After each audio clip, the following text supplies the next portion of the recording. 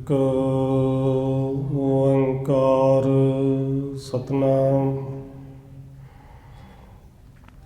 ਕਰਤਾ ਪੁਰਖ ਨਿਰਭਉ ਨਿਰਵੈਰ ਅਕਾਲ ਮੂਰਤ ਅਜੂਨੀ ਸੈਭੰ ਗੁਰ ਪ੍ਰਸਾਦ ਜਿਤਾ ਜਿਉ ਪਿੰਡ ਸਭ ਤੇਰਾ ਤੂੰ ਅੰਤਰ ਜਾਮੀ ਪੁਰਖ ਭਗਵਾਨ ਦਾਸਨ ਦਾਸ ਕਹਿ ਜਨ ਨਾਨਕ ਜਿਹਾ ਤੂੰ ਕਰਾਹੇ ਤਿਹਾ ਹਉ ਕਰੀ ਵਖਿਆਣ ਦਾਸਨ ਦਾਸ ਕਹਿ ਜਨ ਨਾਨਕ ਜਿਹਾ ਤੂੰ ਕਰਾਹੇ ਤਿਹਾ ਹਉ ਕਰੀ ਵਖਿਆਣ ਗੁਰ ਨਾਨਕ ਪਦ ਪੰਕਜ ਬੰਦਨ ਪਦ ਪੰਕਜ ਬੰਦਨ ਸਿਮਰਨ ਅੰਗਦ ਦੁਖ ਨਿਕੰਦਨ ਗੁਰ ਅਮਰਦਾਸ ਹਿਰਦੈ ਨਿਤ ਧਿਆਨ ਹਿਰਦੈ ਨਿਤ ਧਿਆਨ ਗੁਰ ਰਾਮਦਾਸ ਗੁਣ ਗਾਉ ਗੁਰ ਅਰਜਨ ਬਿਘਨ ਕੇ ਨਾਸਕ ਬਿਘਨ ਕੇ ਨਾਸਕ ਗੁਰ ਹਰਿਗੋਬਿੰਦ ਸ਼ੁਭ ਸੁਮਤ ਪ੍ਰਕਾਸ਼ਕ ਸ਼੍ਰੀ ਹਰਿ ਰਾਇ ਨਮੋ ਕਰ ਜੋਰੀ ਨਮੋ ਕਰ ਜੋਰੀ ਸ਼੍ਰੀ ਹਰਿ ਕ੍ਰਿਸ਼ਨ ਨਾਮ ਬਾਉਰੀ ਗੁਰੂ ਤੇਗ ਬਹਾਦਰ ਪਰਮ ਕਿਰਪਾਲਾ ਜੀ ਪਰਮ ਕਿਰਪਾਲਾ ਗੁਰੂ ਗੋਬਿੰਦ ਸਿੰਘ ਬਿਸਾਲਾ ਤਰੁ ਤਰਾ ਪਰ ਪੁਨ ਪੁਨ ਸੀਸਾ ਜੀ ਪੁਨ ਪੁਨ ਸੀਸਾ ਬੰਦੋ ਬਾਰ ਬਾਰ ਜਗਦੀਸ਼ਾ ਤਰੁ ਤਰਾ ਪਰ ਪੁਨ ਪੁਨ ਸੀਸਾ ਜੀ ਪੁਨ ਪੁਨ ਸੀਸਾ ਬੰਦੋ ਬਾਰ ਬਾਰ ਜਗਦੀਸ਼ਾ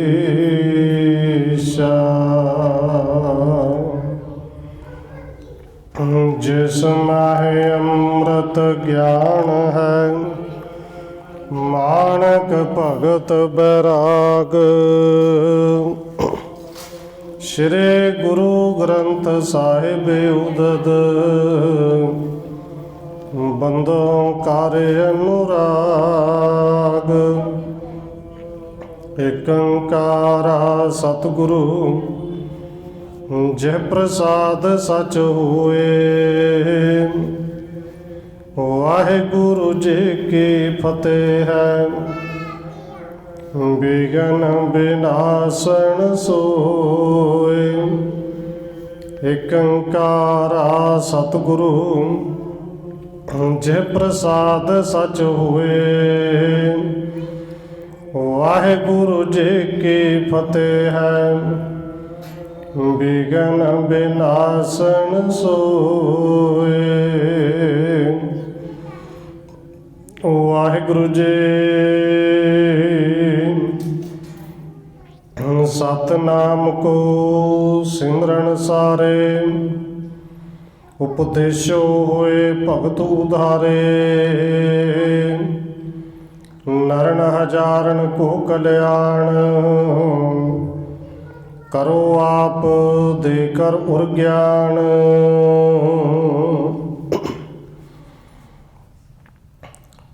ਪਰਮ ਸਨਮਾਨਯੋਗ ਸਤਿਗੁਰੂ ਚਵਰ ਛਤਰ ਤਖਤ ਦੇ ਮਾਲਕ ਹਾਜ਼ਰਾ ਹਜ਼ੂਰ ਜਹਰਾ ਜਹੂਰ ਸ਼ਬਦ ਗੁਰੂ ਜੁਗੋਂ ਜੁਗ ਅਟਲ ਸਤਿਗੁਰੂ ਧੰਨ ਸ਼੍ਰੀ ਗੁਰੂ ਗ੍ਰੰਥ ਸਾਹਿਬ ਮਹਾਰਾਜ ਸੱਚੇ ਪਾਤਸ਼ਾਹ ਜੀ ਦੀ ਪਾਵਨ ਪਵਿੱਤਰ ਹਜ਼ੂਰੀ ਅੰਦਰ ਜੁੜ ਬੈਠੇ ਸਤਸੰਗੀ ਜਨੋ ਆਪ ਜੀ ਵੱਡੇ ਭਾਗਾਂ ਵਾਲੇ ਹੋ ਜੋ ਸਤਿਕਾਰਯੋਗ ਧੰਨ ਮਾਤਾ ਰਾਜ ਕੌਰ ਜੀ ਦੇ ਪਾਵਨ ਅਸਥਾਨ ਗੁਰਦੁਆਰਾ ਮੰਜੀ ਸਾਹਿਬ ਵਿਖੇ ਸ਼ਾਮਾਂ ਦੇ ਦੀਵਾਨਾਂ ਦੀਆਂ ਹਾਜ਼ਰੀਆਂ ਭਰ ਰਹੇ ਹੋ। ਆਓ ਰੋਜ਼ਾਨਾ ਦੀ ਤਰ੍ਹਾਂ ਧੰਨ ਗੁਰੂ ਅੰਗਦ ਦੇਵ ਮਹਾਰਾਜ ਜੀ ਦੀ ਚੱਲ ਰਹੀ ਲੜੀਵਾਰ ਇਤਿਹਾਸ ਕਥਾ ਦੇ ਨਾਲ ਅਗਲੇਰੀ ਸੰਗ ਪਾਉਣ ਤੋਂ ਪਹਿਲਾਂ ਅਸੀਸ ਬਖਸ਼ਿਸ਼ ਕਰੋ ਜੀ। ਰਸਮਾਂ ਨੂੰ ਕਰੋ ਪਵਿੱਤਰ। ਜਿਤਨੇ ਵੀ ਜੁੜ ਬੈਠੇ ਹੋ ਲਵਾਓ ਹਾਜ਼ਰੀ ਆਖੋ ਜੀ। ਵਾਹਿਗੁਰੂ ਜੀ ਕਾ ਖਾਲਸਾ ਵਾਹਿਗੁਰੂ ਜੀ ਕੀ ਫਤਿਹ। ਸਤਨਾਮ ਕੋ ਸਿਮਰਨ ਸਾਰੇ। ਉਪਦੇਸ਼ੋ ਹੋਏ ਭਗਤ ਉਧਾਰੇ। ਕਵੀ ਰਾਜ ਕਵੀ ਸੰਤੋਖ ਸਿੰਘ ਜੀ ਅੱਗੇ ਲਿਖ ਰਹੇ ਨੇ ਕਿ ਧੰਨ ਗੁਰੂ ਅੰਗਦ ਦੇਵ ਮਹਾਰਾਜ ਜੀ ਨੇ ਬਾਬਾ ਅਮਰਦਾਸ ਜੀ ਨੂੰ ਆਪ ਆਪਣੀ ਥਾਂ ਤੇ ਬਿਠਾਇਆ ਹੈ ਔਰ ਆਪਣੇ ਸਿੰਘਾਸਨ ਤੇ ਬਿਠਾ ਕੇ ਸਤਿਗੁਰੂ ਜੀ ਨੇ ਪਾਵਨ ਬਚਨ ਕਹੇ ਸਨ ਕਿ ਭਾਈ ਪੁਰਖਾ ਇਹ ਧੰਨ ਗੁਰੂ ਨਾਨਕ ਸਾਹਿਬ ਜੀ ਦਾ ਰਾਜ ਹੈ। ਕੱਲਾ ਰਾਜ ਨਹੀਂ, ਇਹ ਰਾਜ ਤੇ ਜੋਗ ਹੈ। ਇਹ ਰਾਜ ਤੇ ਜੋਗ ਦਾ ਸਿੰਘਾਸਨ ਹੈ। ਔਰ ਬਿਠਾ ਕੇ ਗੁਰੂ ਸਾਹਿਬ ਨੇ ਪਾਵਨ ਬਚਨ ਕਹੇ ਸਨ, ਦੇਖੋ ਤੁਹਾਡੇ ਚਰਨਾਂ ਦੇ ਵਿੱਚ ਸੱਜੇ ਖੱਬੇ ਇਹ ਰਿੱਧੀਆਂ ਸਿੱਧੀਆਂ ਦਾਸੀਆਂ ਬਣ ਕੇ ਬੈਠੀਆਂ ਨੇ। ਜਿੰਨੇ ਦੇਵੀ ਦੇਵਤੇ ਬ੍ਰਹਮਾ ਆਦਿਕ ਨੇ ਇਹ ਸਾਰੇ ਹੱਥ ਜੋੜ ਕੇ ਤੁਹਾਡੇ ਸਾਹਮਣੇ ਖੜੇ ਨੇ। ਜਿੱਧਰ ਵੀ ਦੇਖੋਗੇ ਤੁਹਾਨੂੰ ਨਮਸਕਾਰ ਕਰਨਗੇ,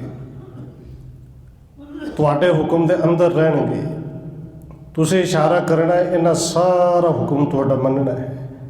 ਔਰ ਗੁਰੂ ਅੰਗਦ ਦੇਵ ਜੀ ਦੇ ਪਾਵਨ ਬਚਨ ਸੁਣ ਕੇ ਧੰਨ ਬਾਬਾ ਅਮਰਦਾਸ ਜੀ ਕਹਿ ਰਹੇ ਸਨ ਕਿ ਨਾ ਰਿੱਧੀਆਂ ਦੀ ਲੋੜ ਨਾ ਸਿੱਧੀਆਂ ਦੀ ਲੋੜ, ਇਹਨਾਂ ਤੋਂ ਕਰਾਉਣਾ ਕੀ ਹੈ।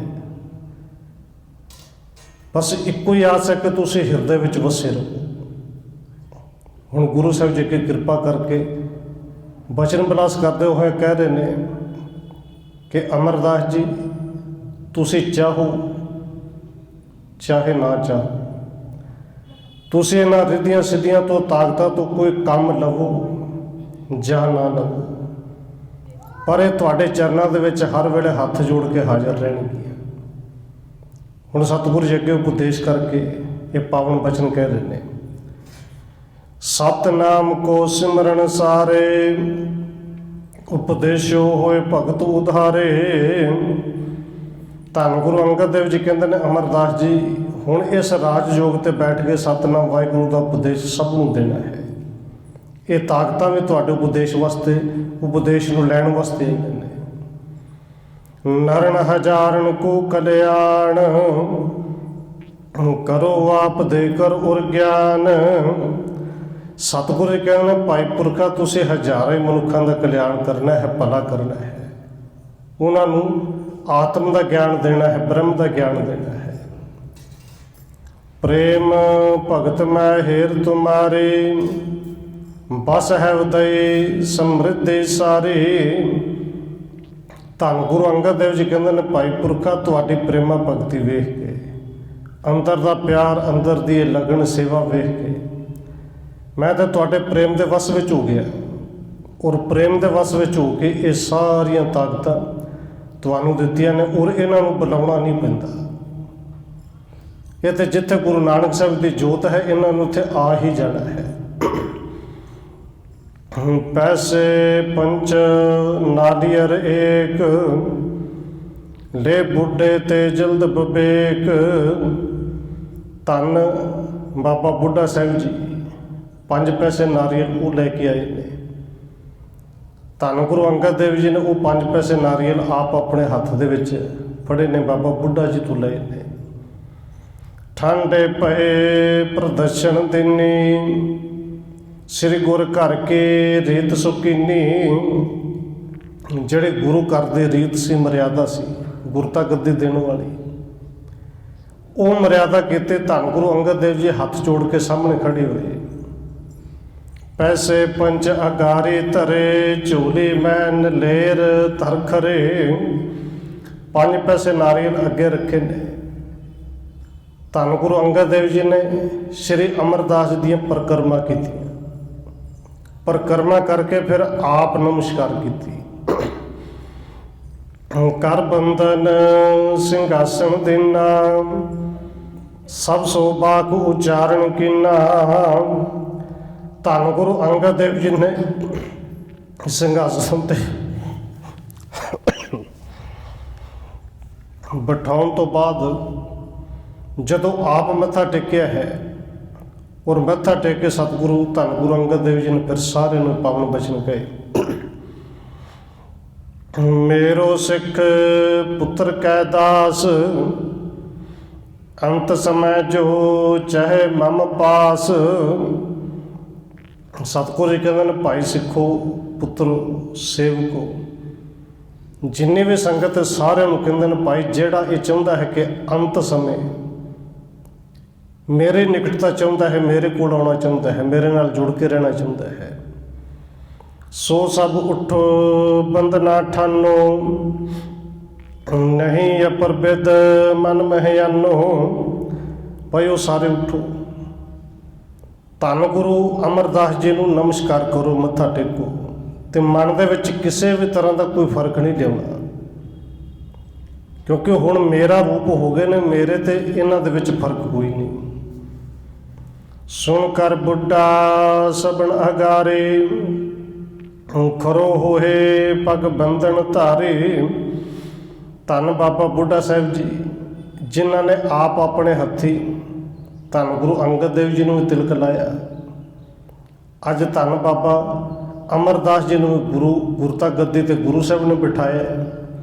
ਬਾਬਾ ਬੁੱਢਾ ਸਾਹਿਬ ਜੀ ਤਿਲਕ ਲਾਉਂਦੇ ਨੇ, ਔਰ ਸਭ ਤੋਂ ਪਹਿਲਾਂ ਉੱਠ ਕੇ ਜਦੋਂ ਗੁਰੂ ਸਾਹਿਬ ਨੇ ਕਿਹਾ, ਬਾਬਾ ਬੁੱਢਾ ਸਾਹਿਬ ਜੀ ਨੂੰ ਉੱਠ ਕੇ ਨਮਸਕਾਰ ਕੀਤੀ। ਤਿਸ ਪਿੱਛੇ ਸਿੱਖ ਸੰਗਤ ਸਾਰੇ, ਕਰੇ ਨਵੇਂ ਸ੍ਰੀ ਅਮਰ ਅਗਾਰੇ। ਸਭ ਤੋਂ ਪਹਿਲਾਂ ਧੰਨ ਗੁਰੂ ਅੰਗਦ ਦੇਵ ਜੀ ਨੇ ਆਪ ਮੱਥਾ ਟੇਕਿਆ, ਫਿਰ ਬਾਬਾ ਬੁੱਢਾ ਸਾਹਿਬ ਜੀ ਨੇ ਮੱਥਾ ਟੇਕਿਆ, ਫਿਰ ਸਾਰੀ ਸੰਗਤ ਨੂੰ ਉੱਠ ਕੇ ਵਾਰੀ ਵਾਰੀ ਮੱਥਾ ਟੇਕਿਆ। ਸ੍ਰੀ ਅੰਗਦ ਨਿਜ ਸੁਤ ਦਿਸ ਦੇਖਾ, ਉਠਿਓ ਨਾ ਮਨ ਮਹਿ ਗਰਭ ਬਸਿਖਾ। ਸਾਰੀ ਸੰਗਤ ਮੱਥਾ ਟੇਕ ਰਹੀ ਹੈ, ਵਾਰੀ ਵਾਰੀ ਕਰਕੇ ਸਿੱਖ ਮੱਥਾ ਟੇਕ ਰਹੇ ਨੇ, ਪਰ ਧੰਨ ਗੁਰੂ ਅੰਗਦ ਦੇਵ ਜੀ ਨੇ ਆਪਣੇ ਪੁੱਤਰਾਂ ਦੇ ਵੱਲ ਦੇਖਿਆ ਹੈ ਕਿ ਇਹਨਾਂ ਦੇ ਅੰਦਰ ਦੇ ਹੰਕਾਰ ਹੈ, ਇਹ ਮੱਥਾ ਟੇਕਣ ਵਾਸਤੇ ਉੱਠੇ ਨਹੀਂ। ਦਾਸੋ ਸਾਥ ਭਣਿਓ ਗੁਰਨਾਥ, ਉਠ ਤੁਮ ਪੇ ਟੇਕੋ ਨਿਜ ਮਾਤ। ਧੰਨ ਗੁਰੂ ਅੰਗਦ ਦੇਵ ਮਹਾਰਾਜ ਜੀ ਨੇ ਆਪਣੇ ਵੱਡੇ ਸਾਹਿਬਜ਼ਾਦੇ, ਵੱਡੇ ਸਪੁੱਤਰ ਬਾਬਾ ਦਾਸੂ ਜੀ ਨੂੰ ਕਿਹਾ ਕਿ ਦਾਸੂ ਪੁੱਤਰ ਉਠੋ, ਤੁਸੀਂ ਵੀ ਉੱਠ ਕੇ ਧੰਨ ਗੁਰੂ ਅਮਰਦਾਸ ਜੀ ਨੂੰ ਮੱਥਾ ਟੇਕੋ, ਅੱਜ ਤੋਂ ਇਹ ਤੁਹਾਡੇ ਵੀ ਗੁਰੂ ਨੇ। ਸੁਣੋ ਪਿਤਾ ਇਹ ਦਾਸ ਹਮਾਰਾ, ਇੱਕ ਤੋਂ ਲੈਨਸ ਮਬ ਅਧਿਕਾਰਾ। ਬਸ ਉਹੀ ਹੰਕਾਰ ਆਪਣਾ ਹੱਕ ਜਮਾਉਂਦੇ ਹੋਇਆ ਬਾਬਾ ਦਾਸੂ ਜੀ ਕਹਿੰਦੇ ਨੇ, ਪਿਤਾ ਦੀ ਸੁਣੋ, ਇੱਕ ਤੇ ਸਾਡਾ ਦਾਸ ਹੈ, ਦੂਸਰਾ ਇਹਨਾਂ ਨੇ ਸਾਡਾ ਹੱਕ ਲਿਆ ਹੈ। ਪਿਤਾ ਤੇ ਹਰ ਇੱਕ ਚੀਜ਼ ਤੇ ਪੁੱਤਰਾਂ ਦਾ ਹੱਕ ਹੁੰਦਾ ਹੈ, ਪਰ ਸਾਡਾ ਹੱਕ ਇਹਨਾਂ ਨੇ ਲਿਆ। ਦੁਤੀਏ ਉਠ ਕਰ ਸੀਸ ਨਿਵਾਵੈ, ਇਹ ਤੋ ਹਮ ਤੇ ਨਹਿ ਬਣ ਆਵੈ। ਇੱਕ ਸੇਵਕ ਹੋ ਕੇ ਪੁੱਤਰਾਂ ਦਾ ਹੱਕ ਲੈ ਗਏ ਨੇ ਤੇ ਦੂਸਰਾ ਅਸੀਂ ਉੱਠ ਕੇ ਇਹਨਾਂ ਨੂੰ ਮੱਥਾ ਟੇਕੀਏ। ਨਹੀਂ ਨਹੀਂ, ਬਾਬਾ ਦਾਸੂ ਜੀ ਕਹਿੰਦੇ ਨੇ ਪਿਤਾ ਜੀ ਸਾਡੇ ਤੋਂ ਤੇ ਨਹੀਂ ਹੁੰਦਾ, ਆਪਣੇ ਸੇਵਕਾਂ ਨੂੰ ਮੱਥਾ ਕਿਹੜਾ ਟੇਕਦਾ ਹੈ। ਨਿਜ ਸਥਾਨ ਪਰ ਇਹ ਟਿਕਾਏ, ਹਮ ਕੋ ਸ਼ੂਸ਼ੇ ਰਾਖ ਸਿਧਾਏ। ਬਾਬਾ ਦਾਸੂ ਜੀ ਕਹਿੰਦੇ ਨੇ ਸਤਿਗੁਰੂ ਗੁਰੂ ਪਿਤਾ ਜੀ ਆਪਣੀ ਥਾਂ ਤੇ ਤੁਸੀਂ ਆਪਣੇ ਸੇਵਕ ਨੂੰ ਤੇ ਬਿਠਾ ਕੇ, ਦਾਸ ਨੂੰ ਬਿਠਾ ਕੇ, ਅਸੀਂ ਤੁਹਾਡੇ ਪੁੱਤਰ, ਸਾਨੂੰ ਤੁਸੀਂ ਖਾਲੀ ਰੱਖ ਦਿੱਤਾ ਹੈ, ਇਹ ਤਾਂ ਸਾਡਾ ਹੱਕ ਸੀ। ਤੂੰ ਸੋ ਕਿਆ ਬਸ ਜਲੇ ਹਮਾਰੋ, ਕਿਉ ਪੰਥ ਸਭ ਤੇ ਸਭ ਜਗ ਤੇ ਨਿਆਰੋ। ਤੇ ਨਾਲ ਹੀ ਬਾਬਾ ਦਾਸੂ ਜੀ ਕਹਿੰਦੇ ਨੇ ਸਤਿਗੁਰੂ ਜੀ ਤੁਹਾਡੇ ਅੱਗੇ ਸਾਡਾ ਵੱਸ ਵੀ ਨਹੀਂ ਚੱਲ ਸਕਦਾ, ਤੁਸੀਂ ਤੇ ਜਗਤ ਵਿੱਚ ਸਾਰੀ ਦੁਨੀਆ ਤੋਂ ਨਿਆਰਾ ਹੀ ਪੰਥ ਚਲਾ ਦਿੱਤਾ ਹੈ, ਵੱਖਰੀ ਗੱਲ ਕਰ ਦਿੱਤੀ ਹੈ। ਹੁਣ ਵੱਖਰੀ ਗੱਲ ਕਿਹੜੀ ਕੀਤੀ? ਅਸਲ ਵਿੱਚ ਵੱਖਰੀ ਕੋਈ ਨਹੀਂ ਕੀਤੀ, ਜਿਹੜੀ ਧੰਨ ਗੁਰੂ ਨਾਨਕ ਸਾਹਿਬ ਜੀ ਨੇ ਕੀਤੀ ਸੀ ਉਹੀ ਧੰਨ ਗੁਰੂ ਅੰਗਦ ਦੇਵ ਜੀ ਨੇ ਕੀਤੀ। ਔਰ ਭਾਈ ਸੱਤੇ ਤੇ ਬਲਵੰਡ ਨੇ ਰਾਮਕਲੀ ਦੀ ਵਾਰ ਦੇ ਵਿੱਚੋਂ ਪਾਵਨ ਬਚਨ ਕਹੇ ਨੇ, ਗੁਰ ਚੇਲੇ ਰਹਿ ਰਾਸ ਕੀ, ਨਾਨਕ ਸਲਾਮਤ ਥੀਵਦਾ। ਧੰਨ ਗੁਰੂ ਨਾਨਕ ਸਾਹਿਬ ਜੀ ਸਲਾਮਤ ਥੀਵਦਾ ਤੋਂ ਭਾਵ ਕਿ ਸਰੀਰ ਦੇ ਵਿੱਚ ਰਹਿੰਦਿਆਂ ਹੋਇਆ ਆਪਣੇ ਚੇਲੇ ਨੂੰ ਰਹਿ ਰਾਸ ਦਾ ਅਰਥ ਹੈ ਨਮਸਕਾਰ ਕੀਤੀ, ਮੱਥਾ ਟੇਕ ਦਿੱਤਾ, ਕਿਉਂਕਿ ਦੁਨੀਆ ਵਿੱਚ ਅੱਜ ਤੱਕ ਕਦੇ ਨਹੀਂ ਸੀ ਹੋਇਆ। ਇਹ ਗੱਲ ਬਾਬਾ ਦਾਸੂ ਜੀ ਕਹਿ ਰਹੇ ਨੇ ਕਿ ਦੁਨੀਆ ਵਿੱਚ ਅੱਜ ਤੱਕ ਨਹੀਂ ਸੀ ਸੁਣਿਆ ਕਿ ਕੋਈ ਗੁਰੂ ਆਪਣੇ ਚੇਲੇ ਨੂੰ, ਆਪਣੇ ਦਾਸ ਨੂੰ ਮੱਥਾ ਟੇਕੇ। ਔਰ ਬੜੀਆਂ ਉਦਾਹਰਨਾਂ ਨੇ, ਭਾਵੇਂ ਕ੍ਰਿਸ਼ਨ ਜੀ ਵਰਗੇ ਜਾਂਦੇ ਨੇ ਬਿਦਰ ਨੂੰ ਬੜਾ ਸਤਿਕਾਰ ਦਿੰਦੇ ਨੇ, ਪਰ ਉਹ ਬਿਦਰ ਦਾਸ ਦਾ ਦਾਸ ਹੀ ਰਿਹਾ। ਉਦੋਂ ਵੀ ਦਾਸ ਕਿਹਾ ਜਾਂਦਾ ਸੀ, ਅੱਜ ਵੀ ਦਾਸ ਕਿਹਾ ਜਾਂਦਾ ਹੈ। ਇਹ ਤੇ ਧੰਨ ਗੁਰੂ ਗੋਬਿੰਦ ਸਿੰਘ ਮਹਾਰਾਜ ਸੱਚੇ ਪਾਤਸ਼ਾਹ ਜੀ ਨੇ ਕਿਰਪਾ ਕੀਤੀ, ਜਿਹੜੇ ਦਾਸ ਬਣ ਕੇ ਆਉਂਦੇ ਨੇ ਉਹਨਾਂ ਨੂੰ ਇਸ ਘਰ ਦੇ ਮਾਲਕ ਬਣਾਉਂਦੇ ਨੇ, ਸਾਹਿਬ ਬਣਾਉਂਦੇ ਨੇ, ਭਾਈ ਸਾਹਿਬ ਸਿੰਘ ਬਣਾ ਦਿੰਦੇ ਨੇ। ਔਰ ਧੰਨ ਗੁਰੂ ਅੰਗਦ ਦੇਵ ਜੀ ਨੇ ਗੁਰਤਾ ਗੱਦੀ ਦਿੱਤੀ ਹੈ। ਔਰ ਬਾਬਾ ਦਾਸੂ ਜੀ ਕਹਿ ਰਹੇ ਨੇ ਤੇ ਦੁਨੀਆ ਤੋਂ ਕੰਮ ਹੀ ਵੱਖਰਾ ਕਰ ਦਿੱਤਾ। ਔਰ ਦੁਨੀਆ ਦੇ ਲੋਕਾਂ ਨੇ ਕਿਹਾ ਸੀ, ਤਾਂ ਹੀ ਤਾਂ ਭਾਈ ਸੱਤਾ ਤੇ ਬਲਵੰਡ ਨੇ ਪਾਵਨ ਬਚਨ ਕਹੇ ਕਿ ਹੋਰਿਓ ਗੰਗ ਵਹਾਇਉਣ, ਦੁਨਿਆਈ ਆਖੇ ਕੇ ਕਿਉਣ। ਦੁਨੀਆ ਦੇ ਲੋਕ ਕਹਿੰਦੇ ਨੇ ਦੇਖੋ ਇਹ ਕੀ ਕਰ ਦਿੱਤਾ। ਧੰਨ ਗੁਰੂ ਨਾਨਕ ਸਾਹਿਬ ਜੀ ਨੇ ਤਾਂ ਉਲਟੀ ਗੰਗਾ ਵਹਾਤੀ, ਆਪਣੇ ਚੇਲੇ ਨੂੰ ਮੱਥਾ ਟੇਕ ਦਿੱਤਾ ਹੈ। ਔਰ ਬਾਬਾ ਦਾਸੂ ਜੀ ਕਹਿੰਦੇ ਨੇ ਤੁਸੀਂ ਵੀ ਤਾਂ ਉਲਟੀ ਗੰਗਾ ਵਹਾਈ, ਦੁਨੀਆ ਨਾਲੋਂ ਵੱਖਰਾ ਕੰਮ ਕਰ ਦਿੱਤਾ ਹੈ। ਜਿਮ ਤੁਮ ਦਾਸ ਹੋਏ ਕਰ ਪਾਏ, ਤਿਮ ਅਬ ਦੇ ਦਾਸ ਵਡਿਆਈ। ਤੇ ਨਾਲ ਹੀ ਬਾਬਾ ਦਾਸੂ ਜੀ ਨੂੰ ਸਮਝ ਵੀ ਲੱਗਦੀ ਹੈ ਕਿ ਸਤਿਗੁਰੂ ਜੀ ਜਿਵੇਂ ਤੁਸੀਂ ਗੁਰਤਾ ਗੱਦੀ ਲਈ ਦਾਸ ਬਣ ਕੇ, ਐਵੇਂ ਇਹ ਦਾਸ ਬਣ ਕੇ ਤੁਹਾਡੇ ਤੋਂ ਲੈ ਗਏ ਨੇ। ਸੁਣ ਦਾਸੂ ਤੇ ਦਾਤੂ ਸਾਥ, ਆਗਿਆ ਕਹੈ ਗੁਰ ਟੇਕੂ ਮਾਥ। ਹੁਣ ਦਾਸੂ ਤੇ ਸਿੱਧਾ ਜਵਾਬ ਦੇ ਗਿਆ ਕਿ ਆਪਣੇ ਨੌਕਰਾਂ ਨੂੰ ਮੱਥਾ ਨਹੀਂ ਟੇਕੀਦਾ। ਔਰ ਦਾਸ ਸ਼ਬਦ ਸਤਿਕਾਰ ਨਾਲ ਭਾਵੇਂ ਵਰਤੇ, ਦਾਸ ਦਾ ਅਰਥ ਨੌਕਰ ਹੀ ਹੁੰਦਾ ਹੈ। ਪਰ ਇਹ ਕਦੇ ਨਹੀਂ ਵਿਚਾਰ ਕੀਤੇ ਉਹਨੂੰ ਕੋਈ ਤਨਖਾਹ ਥੋੜ੍ਹੀ ਲਈ ਸੀ। ਜੇ ਨੌਕਰੀ ਕੀਤੇ ਸੀ ਗੁਰੂ ਦੇ ਕੇਸੀ ਤੇ ਔਰ ਨਿਸ਼ਕਾਮ ਹੋ ਕੇ ਕੀਤੀ ਸੀ, ਪਰ ਕਿਉਂਕਿ ਜਿਨ੍ਹਾਂ ਦੇ ਅੰਦਰ ਹੰਕਾਰ ਹੋਵੇ ਫਿਰ ਇਹ ਗੱਲ ਸਮਝ ਆਉਂਦੀ ਨਹੀਂ। ਜਦੋਂ ਵੱਡੇ ਸਾਹਿਬਜ਼ਾਦੇ ਬਾਬਾ ਦਾਸੂ ਜੀ ਜਵਾਬ ਦੇ ਕੇ ਧੰਨ ਗੁਰੂ ਅੰਗਦ ਦੇਵ ਸੱਚੇ ਪਾਤਸ਼ਾਹ ਜੀ ਨੇ ਛੋਟੇ ਪੁੱਤਰ ਬਾਬਾ ਦਾਤੂ ਜੀ ਵੱਲ ਵੇਖਿਆ, ਆਗਿਆ ਦਿੱਤੀ, ਪੁੱਤਰ ਦਾਤੂ ਤੁਸੀਂ ਉੱਠ ਕੇ ਮੱਥਾ ਟੇਕੋ। ਤਿੰਨ ਪੇ ਨਹਿ ਮਾਨੇ ਥਿਤ ਰਹਿਓ, ਨਿਜ ਵਡਿਆਈ ਕੋ ਬਚ ਕਹਿਓ। ਪਰ ਬਾਬਾ ਦਾਤੂ ਜੀ ਨੇ ਵੀ ਗੁਰੂ ਸਾਹਿਬ ਦਾ ਹੁਕਮ ਨਹੀਂ ਮੰਨਿਆ, ਆਪਣੇ ਥਾਂ ਤੇ ਬੈਠੇ ਰਹੇ, ਉੱਠੇ ਨਹੀਂ, ਉੱਠ ਕੇ ਮੱਥਾ ਨਹੀਂ ਟੇਕਿਆ। ਸ੍ਰੀ ਅੰਗਦ ਤੂਸ਼ਣ ਮੁਖ ਧਾਰੇ, ਭਲੇ ਬੁਰੇ ਸੁਤ ਸੋ ਨਾ ਉਚਾਰੇ।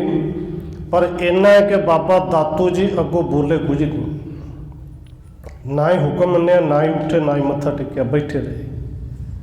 ਇਹ ਵੇਖ ਕੇ ਧੰਨ ਗੁਰੂ ਅੰਗਦ ਦੇਵ ਜੀ ਵੀ ਤੁਸ਼ਨ ਚੁੱਪ ਹੋ ਗਏ। ਫਿਰ ਪੁੱਤਰਾਂ ਨੂੰ ਕੋਈ ਬਚਨ ਨਹੀਂ ਕਿਹਾ, ਮਾੜਾ ਜਾਂ ਚੰਗਾ ਕਿਸੇ ਤਰ੍ਹਾਂ ਦਾ ਕੋਈ ਬਚਨ ਨਹੀਂ ਕਿਹਾ। ਪੁਣ ਸੰਗਤ ਮਹਿ ਕਹਿਓ ਸੁਣਾਈ, ਮਮ ਸਰੂਪ ਅਬ ਇਹ ਸੁਹਾਈ। ਧੰਨ ਗੁਰੂ ਅੰਗਦ ਦੇਵ ਜੀ ਨੇ ਫਿਰ ਸੰਗਤ ਵਿੱਚ ਮੁਖਾਤਬ ਹੁੰਦਿਆਂ ਹੋਇਆਂ ਸੰਗਤ ਨੂੰ ਫਿਰ ਕਿਹਾ ਹੈ, ਭਾਈ ਸਿੱਖੋ, ਧੰਨ ਗੁਰੂ ਅੰਗਦ ਦੇਵ ਜੀ ਕਹਿੰਦੇ ਨੇ ਗੁਰੂ ਅਮਰਦਾਸ ਜੀ ਗੁਰੂ ਹੋ ਗਏ ਨੇ, ਇਹ ਸਾਡੇ ਰੂਪ ਹੋ ਗਏ ਨੇ। ਮੋਹ ਮਹਿ ਇਸ ਮਹਿ ਭੇਦ ਨਾ ਜਾਣੋ, ਏਕ ਸਰੂਪ ਦੋਹਣ ਕੋ ਮਾਨੋ। ਇਸ ਕਰਕੇ ਸਤਿਗੁਰੂ ਕਹਿੰਦੇ ਨੇ ਭਾਈ ਸਿੱਖੋ, ਇਹਨਾਂ ਵਿੱਚ ਤੇ ਮੇਰੇ ਵਿੱਚ ਕੋਈ ਭੇਦ ਨਹੀਂ ਜਾਣਦਾ, ਇਹਨਾਂ ਦਾ ਤੇ ਮੇਰਾ ਇੱਕੋ ਹੀ ਸਰੂਪ ਹੈ, ਇੱਕੋ ਹੀ ਜੋਤ ਹੈ। ਪੁਨ ਸਿਰ ਸਤਿਗੁਰ ਆਗਿਆ ਕਰੇ, ਭੋਜਨ ਤਿਆਰ ਹੋਏ ਇਸ ਘਰੇ। ਫਿਰ ਧੰਨ ਗੁਰੂ ਅੰਗਦ ਦੇਵ ਸੱਚੇ ਪਾਤਸ਼ਾਹ ਕਹਿੰਦੇ ਨੇ ਭਾਈ ਸਿੱਖੋ, ਲੰਗਰ ਤਿਆਰ ਹੋਣ ਵਾਲਾ ਹੈ, ਹੁਣ ਲੰਗਰ ਤਿਆਰ ਹੋਣਾ ਹੈ, ਆਪ ਸਭ ਨੇ ਲੰਗਰ ਛਕਣਾ ਹੈ। ਸਭ ਸੰਗਤ ਕੋ ਦੇਹੋ ਆਹਾਰਾ, ਸਭ ਮਿਲ ਕਰੋ ਆਨੰਦ ਉਧਾਰਾ। ਸਾਰੀ ਸੰਗਤ ਵਿੱਚ ਲੰਗਰ ਵਰਤਾਇਆ ਜਾਏਗਾ, ਆਪ ਸਭ ਨੇ ਛਕਣਾ ਹੈ। ਔਰ ਕਿਸੇ ਤਰ੍ਹਾਂ ਦੀ ਗਮੀ ਜਾਂ ਸੋਗ ਨੇੜੇ ਨਹੀਂ ਆਉਣ ਦੇਣਾ, ਆਨੰਦ ਵਿੱਚ ਰਹਿਣਾ ਹੈ, ਕਿਉਂਕਿ ਸਤਿਗੁਰੂ ਜੀ ਨੇ ਸਰੀਰ ਛੱਡ ਕੇ ਜਾਣਾ ਹੈ। ਲੰਗਰ ਤਿਆਰ ਹੋਣਾ, ਤੁਸੀਂ ਲੰਗਰ ਛਕਣਾ ਔਰ ਆਨੰਦ ਵਿੱਚ ਰਹਿਣਾ ਹੈ। ਤਬ ਸ੍ਰੀ ਅਮਰ ਉਠਿਓ ਹਿਤ ਧਾਰ, ਕੀਨ ਸਜਾਏ ਆਹਾਰ ਸੋ ਤਿਆਰ। ਇਹ ਸੁਣ ਕੇ ਧੰਨ ਗੁਰੂ ਅੰਗਦ ਦੇਵ ਜੀ ਦੇਖੋ ਗੁਰਤਾ ਗੱਦੇ ਤੇ ਬਿਰਾਜਮਾਨ ਨੇ, ਗੁਰੂ ਬਣ ਗਏ ਨੇ, ਪਰ ਸੇਵਾ ਹੁਣ ਵੀ ਸੇਵਕਾਂ ਦੀ ਤਰ੍ਹਾਂ ਗੁਰੂ ਅੰਗਦ ਦੇਵ ਜੀ ਦਾ ਹੁਕਮ ਸੁਣਦਿਆਂ ਨਾਲ ਧੰਨ ਗੁਰੂ ਅਮਰਦਾਸ ਜੀ ਆਪ ਉੱਠੇ, ਸਿੱਖਾਂ ਦੇ ਵਿੱਚ ਮਿਲ ਕੇ ਆਪ ਜਾ ਕੇ ਨਾਲ ਲੰਗਰ ਤਿਆਰ ਕਰਵਾ ਰਹੇ ਨੇ। ਸਤਿਗੁਰ ਆਪ ਜਾਏ ਕਰ ਖਾਇਵ, ਪੁਣ ਸਭ ਸੰਗਤ ਮਹਿ ਵਰਤਾਇਵ। ਲੰਗਰ ਤਿਆਰ ਹੋ ਗਿਆ। ਧੰਨ ਗੁਰੂ ਅਮਰਦਾਸ ਜੀ ਆਪ ਸੱਦਣ ਵਾਸਤੇ ਆਏ, ਸਤਿਗੁਰੂ ਜੀ ਲੰਗਰ ਤਿਆਰ ਹੋ ਗਿਆ, ਸਿੱਖ ਨਾਲ ਗਏ ਨੇ। ਸਭ ਤੋਂ ਪਹਿਲਾਂ ਧੰਨ ਗੁਰੂ ਅੰਗਦ ਦੇਵ ਜੀ ਨੂੰ ਗੁਰੂ ਅਮਰਦਾਸ ਜੀ ਨੇ ਆਪ ਪ੍ਰਸ਼ਾਦਾ ਛਕਾਇਆ। ਫਿਰ ਸਾਰੇ ਸੰਗਤ ਵਿੱਚ ਬੈਠ ਕੇ ਸੰਗਤ ਦੇ ਨਾਲ ਧੰਨ ਗੁਰੂ ਅਮਰਦਾਸ ਜੀ ਨੇ ਆਪ ਲੰਗਰ ਛਕਿਆ। ਸਤਿਗੁਰ ਆਪਣ ਸਿੰਘਾਸਣ ਪਰ ਗੁਰ ਗਏ, ਅਤ ਆਨੰਦ ਜੁਤ ਸ਼ੁਭਤ ਭਏ। ਧੰਨ ਗੁਰੂ ਅੰਗਦ ਦੇਵ ਜੀ ਪ੍ਰਸ਼ਾਦਾ ਛਕ ਕੇ ਆਪਣੇ ਸਿੰਘਾਸਣ ਤੇ ਚਲੇ ਗਏ। ਉਹ ਤੇ ਹਰ ਵੇਲੇ ਆਨੰਦ ਵਿੱਚ ਰਹਿੰਦੇ ਸਨ, ਉਸੇ ਤਰ੍ਹਾਂ ਆਨੰਦ ਦੇ ਵਿੱਚ ਲੀਨ ਨੇ। ਮਿਲੇ ਪਰਸ ਪਾਰ ਸਿੱਖ ਸਮੁਦਾਏ, ਪੂਰਬ ਲੈ ਕਹਿ ਬਾਤ ਸੁਣਾਏ। ਆਪਸ ਵਿੱਚ ਸਿੱਖ ਫਿਰ ਮਿਲਦੇ ਨੇ, ਆਪਸ ਵਿੱਚ ਗੱਲਾਂ ਕਰਦੇ ਨੇ, ਪਹਿਲੀਆਂ ਗੱਲਾਂ ਕਰਦੇ ਨੇ, ਧੰਨ ਗੁਰੂ ਅੰਗਦ ਦੇਵ ਜੀ ਦੀ ਸਿਫਤਾਂ ਕਰਦੇ ਨੇ। ਸ੍ਰੀ ਨਾਨਕ ਨਿਜ ਦੇਹ ਸਮੇਤ, ਕੀਨ ਗਮਨ ਬੈਕੁੰਠ ਨਿਕੇਤ। ਸਿੱਖ ਕਹਿੰਦੇ ਨੇ ਕਿ ਭਰਾਵਾ, ਧੰਨ ਗੁਰੂ ਨਾਨਕ ਸਾਹਿਬ ਸੱਚੇ ਪਾਤਸ਼ਾਹ ਜੀ ਸੱਚਖੰਡ ਨੂੰ ਗਏ ਸਨ, ਉਹ ਤੇ ਸਰੀਰ ਦੇ ਸਮੇਤ ਹੀ ਚਲੇ ਗਏ ਸਨ। ਭਗਤ ਕਬੀਰ ਆਦਿ ਜੇ ਪਹੇ, ਬਹੁ ਸਰੀਰ ਸਮੇਤ ਸੋ ਗਏ। ਸਿੱਖ ਆਪਸ ਵਿੱਚ ਕਹਿੰਦੇ ਨੇ ਭਗਤ ਕਬੀਰ ਜੀ ਵਰਗੇ ਆਦਿ ਹੋਰ ਬਹੁਤ ਹੋਏ ਨੇ, ਭਗਤ ਧਰੂ ਵਰਗੇ, ਕਿ ਜਿਹੜੇ ਇਸ ਸੰਸਾਰ ਤੋਂ ਗਏ ਔਰ ਸਰੀਰ ਸਮੇਤ ਹੀ ਗਏ। ਐਮ ਵਿਚਾਰ ਸਿੱਖਣ ਮੈਂ ਹੋਏ, ਸ੍ਰੀ ਅੰਗਦ ਜਾਨੀ ਮਨ ਸੋਈ। ਇਹ ਸਿੱਖ ਵਿਚਾਰਾ ਕਰਦੇ ਨੇ, ਇੱਕ ਤਰ੍ਹਾਂ ਦੇ ਅੰਦਰ ਸ਼ੰਕਾ ਹੈ ਕਿ ਧੰਨ ਗੁਰੂ ਅੰਗਦ ਦੇਵ ਜੀ ਹੁਣ ਸਰੀਰ ਸਮੇਤ ਜਾਣਗੇ ਕਿ ਜਾਂ ਇਹਨਾਂ ਨੇ ਤਿਆਰੀ ਕਰਾਈ ਹੈ, ਇਹ ਸਰੀਰ ਛੱਡ ਕੇ ਜਾਣਗੇ। ਹੁਣ ਸਿੱਖ ਹੋਵੇ, ਸਿੱਖ ਦੇ ਅੰਦਰ ਸ਼ੰਕਾ ਆ ਜਾਵੇ ਤੇ ਗੁਰੂ ਸ਼ੰਕਾ ਦੂਰ ਨਾ ਕਰੇ। ਫਿਰ ਉਹ ਸਮਰੱਥ ਗੁਰੂ ਵੀ ਕਹਿੰਦਾ, ਇਹ ਗੁਰੂ ਸਾਹਿਬ ਨੇ ਗੱਲ ਜਾਣ ਲਈ। ਹਿਰਦੈ ਵਿਚਾਰੇ ਸ਼ੰਕਾ ਇਨ ਕੇ, ਨਿੱਕੇ ਨਹਿ ਵਿਵੇਕ ਮਨ ਜਨ ਕੇ। ਸਤਿਗੁਰੂ ਜੀ ਨੇ ਵਿਚਾਰ ਕੀਤੇ ਵੀ ਜਿਨ੍ਹਾਂ ਕੋਲ ਵਿਵੇਕ ਨਹੀਂ, ਅਸਲ ਵਿੱਚ ਵਿਵੇਕ ਵਾਲੀ ਅਕਲ ਨਹੀਂ, ਉਹਨਾਂ ਦੇ ਮਨ ਵਿੱਚ ਸ਼ੰਕੇ ਆ ਗਏ ਨੇ। ਦੇਹ ਸਨੇਹ ਨਾ ਸੰਤਨ ਮਾਹੀ, ਹਿਮ ਸ਼ੂਮਸ਼ ਗਤ ਜਾਣੇ ਨਾਹੀ। ਕਿਉਂਕਿ ਇਹਨਾਂ ਨੂੰ ਵਿਵੇਕ ਮਤ ਨਾ ਹੋਣ ਕਰਕੇ ਸਮਝ ਹੀ ਨਹੀਂ ਆਈ ਕਿ ਸਰੀਰ ਨਾਲ ਕੋਈ ਬਹੁਤਾ ਮੋਹ ਨਹੀਂ ਕਰੀਦਾ। ਸਰੀਰ ਇੱਕ ਘਰ ਹੈ, ਜਦੋਂ ਤੱਕ ਰਹਿਣਾ ਰਹੀ ਚੱਲੂ, ਜਦੋਂ ਸਾਈਂ ਦੀ ਸੱਦ ਆਉਣੀ ਘਰ ਨੂੰ ਛੱਡ ਕੇ ਚਲੇ ਜਾਣਾ ਹੈ। ਜੇ ਇਨਕੇ ਮਨ ਸੰਕ ਨਾ ਜਾਏ ਮਮ ਸੰਗਤ ਕੋ ਕਿਆ ਫਲ ਪਾਏ। ਹੁਣ ਗੁਰੂ ਸਾਹਿਬ ਜੀ ਕਹਿੰਦੇ ਜੇ ਇਹਨਾਂ ਦੀ ਸ਼ੰਕਾ ਇਸੇ ਤਰ੍ਹਾਂ ਰਹੇਗੀ, ਸ਼ੰਕਾ ਲੰਘ ਗਈ, ਫਿਰ ਮੇਰੀ ਸੰਗਤ ਕਰਨ ਦਾ ਵੀ ਇਹਨਾਂ ਨੂੰ ਕੀ ਫਲ ਮਿਲੇਗਾ? ਕਿਉਂਕਿ ਗੁਰੂ ਕੋਲ ਆ ਕੇ ਤੇ ਸ਼ੰਕਾ ਅੰਦਰ ਸਾਰੀ ਖਤਮ ਹੋਣੀ ਚਾਹੀਦੀ ਹੈ। ਪੁੰਨ ਮਹਾਨ ਬ੍ਰਿਥਾ ਸਭ ਖੂਮੈ ਅਸ ਸੰਦੇਹ ਮੈਂ ਜੇ ਮਨ ਹੋਵੈ। ਇਹਨਾਂ ਨੇ ਜਿੰਨੇ ਪੁੰਨ ਕਰਮ ਕੀਤੇ ਨੇ, ਸੰਗਤ ਕੀਤੀ ਹੈ, ਉਹ ਕੀਤੀ ਹੋਈ ਸੰਗਤ ਵੀ ਵਿਅਰਥ ਚਲੀ ਜਾਏਗੀ ਜੇ ਇਹਨਾਂ ਦੇ ਅੰਦਰ ਸ਼ੰਕਾ ਰਹਿ ਗਿਆ। ਸਰਦਾ ਤਿਆਗੇ ਦੋਸ ਵਿਸ਼ਾਲੇ ਔਰ ਨਿਸ਼ਚਾ ਇਨ ਕੈ ਸਭ ਹਾਲੇ। ਕਿਉਂਕਿ ਹਲੇ ਇਹਨਾਂ ਦੇ ਅੰਦਰ ਨਿਸ਼ਚਾ ਹਜੇ ਪੱਕਾ ਨਹੀਂ, ਤੇ ਜੇ ਇਹਨਾਂ ਦੀ ਸ਼ੰਕਾ ਇਸੇ ਤਰ੍ਹਾਂ ਰਹਿ ਗਈ, ਇਹ ਕਈ ਤਰ੍ਹਾਂ ਦੇ ਦੋਸ਼ ਵੀ ਲਾਉਣਗੇ ਔਰ ਫਿਰ ਸਿੱਖੀ ਮਾਰਗ ਨੂੰ ਵੀ ਛੱਡ ਦੇਣਗੇ। ਹੋ ਸਕਦਾ ਗੁਰੂ ਤੇ ਭਰੋਸਾ ਫਿਰ ਬਣੇ ਵੀ ਨਾ।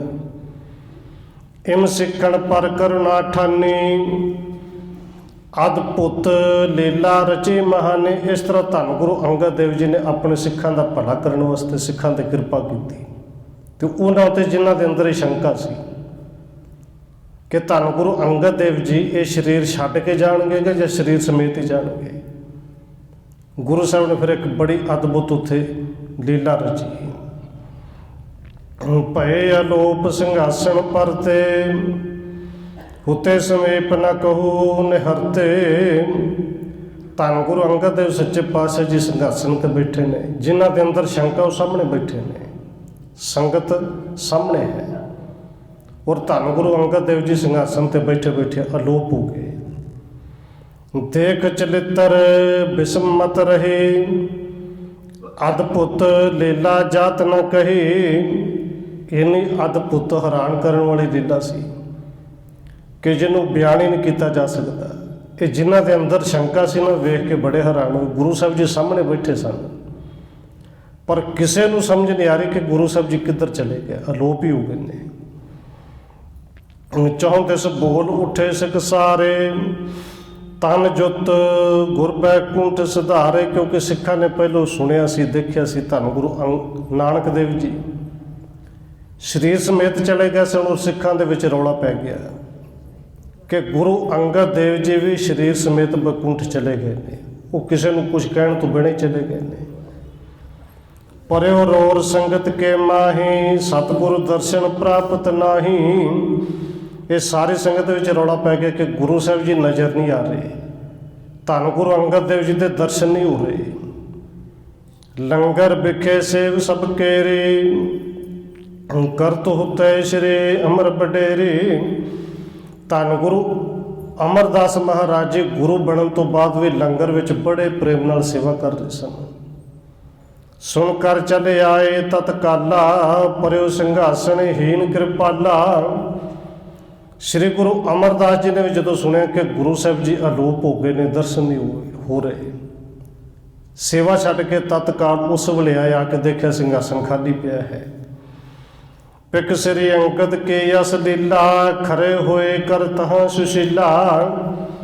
ਧੰਨ ਗੁਰੂ ਅੰਗਦ ਦੇਵ ਜੀ ਦੀ ਇਹ ਅਚਰਜ ਲੀਲਾ ਵੇਖ ਕੇ ਧੰਨ ਗੁਰੂ ਅਮਰਦਾਸ ਮਹਾਰਾਜ ਜੀ ਸਾਹਮਣੇ ਖੜੇ ਹੋ ਗਏ, ਸਿੰਘਾਸਣ ਦੇ ਸਾਹਮਣੇ ਖੜੇ ਹੋ ਗਏ। ਅਚਰਜ ਗਤ ਕਛ ਲਖੇ ਨ ਜਾਵੈ ਜੋ ਸਮ ਹੋਏ ਤੋ ਕੁਛ ਪਾਵੈ। ਕਿਉਂਕਿ ਸਤਿਗੁਰੂ ਦੇ ਲੀਲਾ ਅਚਰਜ ਹੈ। ਅਚਰਜ ਗਤ ਕਛ ਲਖੀ ਨਾ ਜਾਵੇ, ਇਹ ਕਿਸੇ ਨੂੰ ਕੀ ਸਮਝ ਆਵੇ, ਪਰ ਹਾਂ ਜੋ ਸਮ ਹੋਏ ਤੋ ਕੁਛ ਪਾਵੇ। ਜਿਹੜਾ ਗੁਰੂ ਵਰਗਾ ਹੋਵੇ ਉਹ ਕੁਝ ਨਾ ਕੁਝ ਸਮਝ ਸਕਦਾ ਹੈ। ਔਰ ਧੰਨ ਗੁਰੂ ਅਰਜਨ ਦੇਵ ਮਹਾਰਾਜ ਜੀ ਨੇ ਪਾਵਨ ਬਚਨ ਸੁਖਮਨੀ ਸਾਹਿਬ ਦੇ ਵਿੱਚ ਕਹੇ ਨੇ ਕਿ ਬ੍ਰਹਮ ਗਿਆਨੀ ਕੀ ਗਤ ਬ੍ਰਹਮ ਗਿਆਨੀ ਜਨ ਹੈ। ਦੇਖੋ, ਭਾਵੇਂ ਆਪਾਂ ਸ਼ਬਦ ਵਰਤਦੇ ਨੇ ਫਲਾਣਾ ਬ੍ਰਹਮ ਗਿਆਨੀ, ਪਰ ਬ੍ਰਹਮ ਗਿਆਨੀ ਹੈ ਕਿ ਨਹੀਂ ਹੈ ਤੇ ਉਹ ਹੀ ਜਾਣ ਸਕਦਾ ਜਿਹੜਾ ਆਪ ਬ੍ਰਹਮ ਦੇ ਗਿਆਨ ਨੂੰ ਜਾਣਦਾ ਹੈ। ਦੂਜਾ ਜਿਹੜਾ ਕੋਈ ਬ੍ਰਹਮ ਗਿਆਨੀ ਕਿਸੇ ਨੂੰ ਕਵੇ ਦਾ ਮਤਲਬ ਭੇਡ ਚਾਲੀ ਹੈ ਕਿ ਲੋਕਾਂ ਤੋਂ ਸੁਣਿਆ ਕਹਿ ਦਿੱਤਾ ਬ੍ਰਹਮ ਗਿਆਨੀ। ਕਿਉਂਕਿ ਧੰਨ ਗੁਰੂ ਅਰਜਨ ਦੇਵ ਜੀ ਤੋਂ ਉੱਤੇ ਤੇ ਕੋਈ ਨਹੀਂ ਨਾ ਬ੍ਰਹਮ ਗਿਆਨੀ। ਹੋ ਸਕਦਾ ਬ੍ਰਹਮ ਗਿਆਨੀ ਹੋਵੇ, ਪਰ ਸਾਨੂੰ ਕੀ ਪਤਾ। ਜੇ ਕਿਸੇ ਨੂੰ ਮੈਂ ਬ੍ਰਹਮ ਗਿਆਨੀ ਕਹਿ ਰਿਹਾ ਤਾਂ ਮਤਲਬ ਬ੍ਰਹਮ ਦਾ ਗਿਆਨ ਮੇਰੇ ਕੋਲ ਹੈ ਤਾਂ ਹੀ ਕਹਿ ਰਿਹਾ। ਸਤਿਗੁਰੂ ਜੀ ਕਹਿੰਦੇ ਨੇ ਗੁਰੂ ਵਰਗਾ ਕੋਈ ਹੋਵੇ ਤੇ ਗੁਰੂ ਦੀ ਗੱਤ ਕੋਈ ਮਾੜੀ ਮੋਟੀ ਸਮਝ ਸਕਦਾ ਹੈ। ਕਰੇ ਵਿਚਾਰ ਨੇ ਆਪਣੇ ਚੇਤ, ਸ੍ਰੀ ਗੁਰ ਕਿਉਂ ਕੀਨ ਸਿਆਸ ਰੀਤ। ਔਰ ਧੰਨ ਗੁਰੂ ਅਮਰਦਾਸ ਜੀ ਤੇ ਜਾਣਦੇ ਨੇ ਗੁਰੂ ਸਾਹਿਬ ਜੀ ਕੋਈ ਉਪਦੇਸ਼ ਦੇਣ ਵਾਸਤੇ ਇਹ ਲੀਲਾ ਖੇਡ ਰਹੇ ਹੋਣੇ ਨੇ, ਫਿਰ ਵੀ ਵਿਚਾਰ ਕਰਦੇ ਨੇ ਗੁਰੂ ਸਾਹਿਬ ਜੀ ਨੇ ਐਸਾ ਕਿਉਂ ਕੀਤਾ ਹੋਵੇਗਾ। ਤਾਤ ਪਰਾਏ ਕੋ ਨਿਕੇ ਜਾਨਾ, ਪ੍ਰਗਟਾਉਣ ਹਿਤ ਸੋ ਜਸ ਬਖਾਨਾ। ਕਿਉਂਕਿ ਧੰਨ ਗੁਰੂ ਅਮਰਦਾਸ ਜੀ ਵੀ ਗੁਰੂ ਨੇ, ਗੁਰੂ ਵਰਗੇ ਨੇ, ਗੁਰੂ ਦੀ ਗੱਤ ਨੂੰ ਜਾਣਦੇ ਨੇ। ਤਾਤ ਪਰਾਏ ਕੋ ਨਿਕੇ ਜਾਨਾ, ਤਾਤ ਪਰਾਏ ਤੋਂ ਅਰਥ ਹੁੰਦਾ ਮਤਲਬ। ਧੰਨ ਗੁਰੂ ਅਮਰਦਾਸ ਜੀ ਨੇ ਚੰਗੀ ਤਰ੍ਹਾਂ ਮਤਲਬ ਸਮਝ ਲਿਆ ਕਿ ਗੁਰੂ ਸਾਹਿਬ ਜੀ ਅਲੋਪ ਕਿਉਂ ਹੋਏ ਨੇ। ਹੁਣ ਧੰਨ ਗੁਰੂ ਅੰਗਦ ਦੇਵ ਜੀ ਨੂੰ ਪ੍ਰਗਟ ਕਰਨ ਵਾਸਤੇ ਧੰਨ ਗੁਰੂ ਅਮਰਦਾਸ ਜੀ ਫਿਰ ਬੇਨਤੀਆਂ ਕਰਦੇ ਨੇ। ਆਨੰਦ ਕੰਦ ਰੂਪ ਹੋਵੇ ਲੰਦ ਭੂਪ ਭੂਪ ਹੋ। ਕਹਿੰਦੇ ਹੈ ਸਤਿਗੁਰੂ ਜੀ ਤੁਸੀਂ ਆਨੰਦ ਰੂਪ ਹੋ, ਤੁਸੀਂ ਰਾਜਿਆਂ ਤੋਂ ਵੱਡੇ ਰਾਜੇ ਹੋ। ਨਾ ਆਦਿ ਅੰਤ ਤੋਹੇ ਕੋ ਸਮਾਨ ਆਨ ਹੋਏ ਕੋ। ਸਤਿਗੁਰੂ ਜੀ ਤੁਹਾਡਾ ਤੇ ਆਦਿ ਕੋਈ ਨਹੀਂ, ਅੰਤ ਕਿੱਥੋਂ ਹੋਣਾ। ਨਾ ਆਦ ਹੈ ਨਾ ਅੰਤ ਹੈ, ਆਪ ਦੇ ਬਰਾਬਰ ਹੋਰ ਕੋਈ ਨਹੀਂ। ਇਹ ਗੁਰੂ ਸਾਹਿਬ ਜੀ ਦੀ ਉਪਮਾ ਕਰ ਰਹੇ ਨੇ।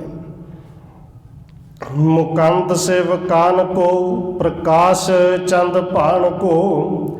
ਸਤਿਗੁਰੂ ਜੀ ਤੁਸੀਂ ਆਪਣੇ ਸੇਵਕਾਂ ਦੇ ਮੁਕਤੀ ਦਾਤੇ ਹੋ, ਤੁਸੀਂ ਚੰਦ ਤੇ ਸੂਰਜ ਨੂੰ ਪ੍ਰਕਾਸ਼ ਦੇਣ ਵਾਲੇ ਉਹ ਮਹਾਨ ਦਾਤੇ ਹੋ। ਸੋ ਦਾਨ ਦੇ ਜਹਾਨ ਕੋ ਕਰੇ ਜੋ ਖਾਣ ਪਾਣ ਕੋ। ਤੁਸੀਂ ਉਹ ਦਾਤੇ ਹੋ, ਕੇਵਲ ਸਿੱਖਾਂ ਨੂੰ ਨਹੀਂ ਸਾਰੇ ਜਹਾਨ ਨੂੰ, ਸਾਰੇ ਸ੍ਰਿਸ਼ਟੀ ਨੂੰ ਦਾਨ ਦਿੰਦੇ ਹੋ। ਖਾਣ ਪਾਣ ਜੋ ਵੀ ਕੋਈ ਕਰਦਾ ਤੁਹਾਡੀਆਂ ਦਿੱਤੀਆਂ ਹੋਈਆਂ ਦਾਤਾਂ ਵਿੱਚੋਂ ਕਰਦਾ ਹੈ। ਚਾਤਰਕ ਤੋਂ ਬਚਿੱਤਰ ਹੈ, ਭਣੇ ਸੁਣੇ ਪਵਿੱਤਰ ਹੈ। ਹੁਣ ਗੁਰੂ ਸਾਹਿਬ ਦੇ ਉਪਮਾ ਦੇ ਵਿੱਚ ਬੋਲ ਕਹਿ ਰਹੇ ਨੇ ਆਪ ਜੀ ਦਾ ਚਰਿੱਤਰ ਵਿਚਿੱਤਰ ਹੈ, ਹੈਰਾਨ ਕਰਨ ਵਾਲਾ ਹੈ, ਅਨੋਖਾ ਹੈ। ਤੁਹਾਡੇ ਬਾਰੇ ਕੋਈ ਕਵੇ ਜਾਂ ਸੁਣੇ, ਤੁਹਾਡੇ ਬਾਰੇ ਨਾ ਕੁਝ ਕਿਹਾ ਜਾ ਸਕਦਾ ਹੈ, ਨਾ ਪੂਰਨ ਤੌਰ ਤੇ ਸੁਣਿਆ ਜਾ ਸਕਦਾ ਹੈ। ਗੁਰੂ ਮਹਾਨ ਚੀਨਿਓ ਨਿਹਾਲ ਦਾਸ ਕੀਨਿਓ। ਧੰਨ ਗੁਰੂ ਅਮਰਦਾਸ ਜੀ ਕਹਿ ਰਹੇ ਨੇ ਮੈਂ ਸਤਿਗੁਰੂ ਜੀ ਤੁਹਾਨੂੰ ਮਹਾਨ ਗੁਰੂ ਪਛਾਣਿਆ ਹੈ ਕਿ ਤੁਸੀਂ ਆਪਣੇ ਦਾਸਾਂ ਨੂੰ, ਬੇਨਤੀ ਦਾਸਾਂ ਨੂੰ ਨਿਹਾਲ ਕੀਤਾ ਹੈ। ਨਿਵਾਰ ਮੋਹਿ ਤਾਪ ਕੋ ਜਪਾਏ ਨਾਮ ਜਾਪ ਕੋ। ਸਤਿਗੁਰੂ ਜੀ ਮੈਨੂੰ ਤਿੰਨਾਂ ਤਾਪਾਂ ਤੋਂ ਬਾਹਰ ਕੱਢਿਆ ਹੈ, ਮੈਨੂੰ ਉਸ ਪਰਮੇਸ਼ਰ ਦਾ ਤੁਸੀਂ ਨਾਮ ਦ੍ਰਿੜ ਕਰਾਇਆ ਹੈ, ਨਾਮ ਜਪਾਇਆ ਹੈ। ਸਦਾ ਅਧੀਨ ਪ੍ਰੇਮ ਕੈ ਨਿਰਬਾਹਿ ਕੀਨ ਨੇਮ ਕੋਇ। ਸਤਿਗੁਰੂ ਜੀ ਤੁਸੀਂ ਸਦਾ ਹੀ ਪ੍ਰੇਮ ਦੇ ਅਧੀਨ ਰਹਿਣ ਵਾਲੇ ਹੋ, ਸਦਾ ਹੀ ਆਪਣੇ ਨੇਮ ਨੂੰ ਨਿਭਾਉਣ ਵਾਲੇ ਹੋ, ਆਪਣੇ ਬਿਰਧ ਨੂੰ ਪਛਾਣਦੇ ਹੋ। ਸੋ ਤਾਏ ਜੇਮ ਹੇਮ ਕੇ ਸੋ ਦਾਨ ਦੇਤ ਛੇਮ ਕੇ। ਜਿਵੇਂ ਸੋਨੇ ਨੂੰ ਗਰਮ ਕਰਕੇ ਸ਼ੁੱਧ ਕੀਤਾ ਜਾਂਦਾ ਹੈ ਨਾ, ਇਸੇ ਤਰ੍ਹਾਂ ਤੁਸੀਂ ਆਪਣੇ ਸਿੱਖਾਂ ਦੇ ਅੰਦਰ ਦੇ ਇਵੇਂ ਦੇ ਵਹਿਮ ਭਰਮ ਸ਼ੰਕੇ ਰੂਪੀ ਮੈਲ ਇੱਕ ਸੋਟੀ ਲਾ ਕੇ ਅੰਦਰੋਂ ਕੱਢਦੇ ਹੋ। ਕਿਉਂਕਿ ਧੰਨ ਗੁਰੂ ਅਮਰਦਾਸ ਜੀ ਜਾਣਦੇ ਨੇ ਸਿੱਖਾਂ ਦੇ ਅੰਦਰ ਇਹ ਮੈਲ ਹੀ ਹੈ ਨਾ ਜੀ, ਕਿ ਗੁਰੂ ਸਾਹਿਬ ਜੀ ਸਰੀਰ ਸਮੇਤ ਜਾ ਸਕਦੇ ਨੇ ਕਿ ਨਹੀਂ, ਸਰੀਰ ਛੱਡ ਕੇ ਜਾਣਗੇ ਜਾਂ ਸਰੀਰ ਸਮੇਤ ਜਾਣਗੇ। ਸਿਰੇ ਸਤਿਗੁਰ ਕਿਵੇਂ ਆਪੇ ਆਪ ਹੋਏਗੇ ਅੰਤਰ ਧਿਆਨ। ਧੰਨ ਗੁਰੂ ਅਮਰਦਾਸ ਜੀ ਬੇਨਤੀ ਕਰਕੇ ਕਹਿੰਦੇ ਨੇ ਸਤਿਗੁਰੂ ਜੀ ਤੁਸੀਂ ਹੁਣ ਅੰਤਰ ਧਿਆਨ ਕਿਵੇਂ ਹੋ ਗਏ, ਅੰਤਰ ਧਿਆਨ ਕਿਉਂ ਹੋ ਗਏ ਹੋ। ਲੋਕਣ ਕੇ ਸ਼ੰਕਾ ਕਹਾ ਤੁਮੇ ਨਾ ਉਚਿਤ ਮਹਾਨ। ਸਤਿਗੁਰੂ ਜੀ ਲੋਕਾਂ ਦੀ ਸ਼ੰਕਾ ਹੈ, ਲੋਕੀ ਸ਼ੰਕਾ ਰੱਖੀ ਜਾਣ, ਪਰ ਤੁਹਾਡੇ ਵਾਸਤੇ ਇਹ ਏਡਾ ਵੱਡਾ ਮਹਾਨ ਜਿਹੜਾ ਕਾਰਜ ਤੁਸੀਂ ਕੀਤਾ ਜ਼ਰੂਰੀ ਨਹੀਂ ਸੀ। ਦੇਹੋ ਦਰਸ਼ਨ ਕਰਨਾ ਕਰੋ ਪ੍ਰਥਮ ਜਗਤ ਕੇ ਰੀਤ। ਧੰਨ ਗੁਰੂ ਅਮਰਦਾਸ ਜੀ ਕਹਿੰਦੇ ਨੇ ਇਹ ਸਤਿਗੁਰੂ ਧੰਨ ਗੁਰੂ ਅੰਗਦ ਦੇਵ ਜੀ ਕਿਰਪਾ ਕਰੋ ਦਰਸ਼ਨ ਦਿਓ। ਪਹਿਲਾ ਤਰ੍ਹਾਂ ਜਿਵੇਂ ਜਗਤ ਦੇ ਰੀਤ ਚੱਲੀ ਹੁੰਦੀ ਹੈ ਤੁਸੀਂ ਬੈਠ ਕੇ ਦਰਸ਼ਨ ਦਿਓ, ਸੰਗਤਾਂ ਦਰਸ਼ਨ ਕਰਨ। ਕਰਤੇ ਰਹੇ ਸੋ ਅਬ ਕਰੋ ਕਿਉਂ ਠਾਨੋ ਵਿਪਰੀਤ। ਜਿਵੇਂ ਪਹਿਲਾਂ ਕਰਦੇ ਰਹੇ ਹੋ ਸਤਿਗੁਰੂ ਜੀ ਆਪਣੇ ਸਿੱਖਾਂ ਨੂੰ ਉਪਦੇਸ਼ ਦਿੰਦੇ ਰਹੇ ਹੋ, ਦਰਸ਼ਨ ਦਿੰਦੇ ਰਹੇ ਹੋ, ਉਸੇ ਤਰ੍ਹਾਂ ਕਰੋ, ਹੁਣ ਵਿਪਰੀਤ ਕਿਉਂ ਕਰਦੇ ਹੋ। परम धाम अविराम को गमनो ਇਹ ਤਨ ਤਿਆਗ। ਸਤਿਗੁਰੂ ਜੀ ਪਰਮ ਧਾਮ ਨੂੰ ਤੁਸੀਂ ਜਾਣਾ ਹੈ ਤੇ ਕਿਰਪਾ ਕਰੋ, ਜਿਵੇਂ ਸੰਸਾਰ ਦੇ ਰੀਤ ਹੈ ਸਰੀਰ ਨੂੰ ਤਿਆਗ ਕੇ ਜਾਓ। ਸ੍ਰੀ ਅਮਰਦਾਸ ਸਤਿਗੁਰੂ ਧੰਨ ਗੁਰੂ ਅਮਰਦਾਸ ਜੀ ਬੇਨਤੀਆਂ ਕਰ ਰਹੇ ਨੇ। ਇਹ ਬੇਨਤੀ ਸੁਣ ਦਾਸ ਕੇ ਜਾਨ ਮਹਾ ਅਨੁਰਾਗ। ਧੰਨ ਗੁਰੂ ਅੰਗਦ ਦੇਵ ਜੀ ਆਪਣੇ ਸੇਵਕਾਂ ਦੇ ਔਰ ਸੇਵਕ ਵੀ ਜਿਹੜਾ ਗੁਰੂ ਦਾ ਰੂਪ ਹੋ ਚੁੱਕਿਆ, ਗੁਰੂ ਬਣ ਚੁੱਕਿਆ ਹੈ, ਉਹਨਾਂ ਦੇ ਅੰਦਰ ਦੇ ਪ੍ਰੇਮ ਨੂੰ ਵੇਖ ਕੇ ਬੇਨਤੀਆਂ ਸੁਣ ਕੇ ਸਿੰਘਾਸਣ ਪਰ ਬਿਦਤ ਪਏ ਦੇਖ ਸਗਲ ਹਰਖਾਏ। ਧੰਨ ਗੁਰੂ ਅੰਗਦ ਦੇਵ ਜੀ ਉਸੇ ਤਰ੍ਹਾਂ ਸਿੰਘਾਸਣ ਤੇ ਬਿਰਾਜਮਾਨ ਨੇ, ਸਾਰਿਆਂ ਨੂੰ ਨਜ਼ਰ ਆਉਣ ਲੱਗ ਗਏ। ਇਹ ਵੇਖ ਕੇ ਸਾਰੇ ਬੜੇ ਪ੍ਰਸੰਨ ਹੋਏ, ਬੜੇ ਖੁਸ਼ ਹੋਏ। ਜੈ ਜੈ ਸ਼ਬਦ ਉਚਾਰ ਕਰ ਪਰੇ ਦੌਰ ਸਭ ਪਾਏ। ਸਤਿਗੁਰੂ ਜੀ ਨੂੰ ਪ੍ਰਗਟ ਹੋਇਆ ਵੇਖ ਕੇ ਸਾਰੇ ਪਾਸੇ ਜੈ ਜੈਕਾਰ ਹੋਣ ਲੱਗੀ। ਸਾਰੇ ਦੌੜ ਦੌੜ ਕੇ ਆਏ, ਫਿਰ ਆ ਕੇ ਦਰਸ਼ਨ ਕੀਤੇ ਧੰਨ ਗੁਰੂ ਅੰਗਦ ਦੇਵ ਜੀ ਨੂੰ ਨਮਸਕਾਰ ਕਰ ਰਹੇ ਨੇ। ਇੱਥੇ ਕਵਿਰਾਜ ਨੇ ਇਹ ਅਧਿਆਇ ਖਤਮ ਕੀਤਾ ਹੈ। ਅਗਲਾ ਅਧਿਆਇ ਜਿੱਥੇ ਧੰਨ ਗੁਰੂ ਅੰਗਦ ਦੇਵ ਜੀ ਨੇ ਜੋਤੀ ਜੋਤ ਸਮਾਉਣਾ ਹੈ, ਉਹ ਆਪਾਂ ਕੱਲ੍ਹ ਸ਼ੁਰੂ ਕਰਾਂਗੇ। ਹੋਈਆਂ ਭੁੱਲਾਂ ਦੀ ਖਿਮਾ। ਆਓ 1-2 ਮਿੰਟ ਹੋਰ ਰਸਨਾ ਦੇ ਨਾਲ ਹਾਜ਼ਰੀ ਲਵਾਈਏ, ਫਿਰ ਸਮਾਪਤੀ ਹੈ ਜੀ। ਵਾਹਿਗੁਰੂ ਵਾਹਿਗੁਰੂ ਵਾਹਿਗੁਰੂ ਵਾਹਿਗੁਰੂ।